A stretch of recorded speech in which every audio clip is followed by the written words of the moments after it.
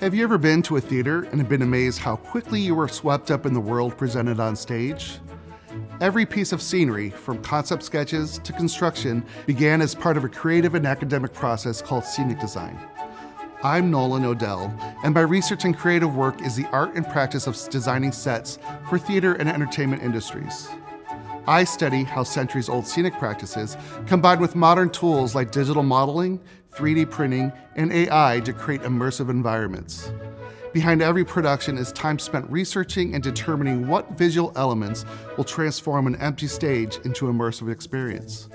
We study architecture, art history, culture, and psychology to understand details like color and the materials we use to communicate emotion and meaning.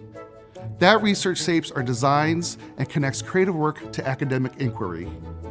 From there, the idea becomes tangible, moving from drawings to models, then to fully realized set built right here at ECU.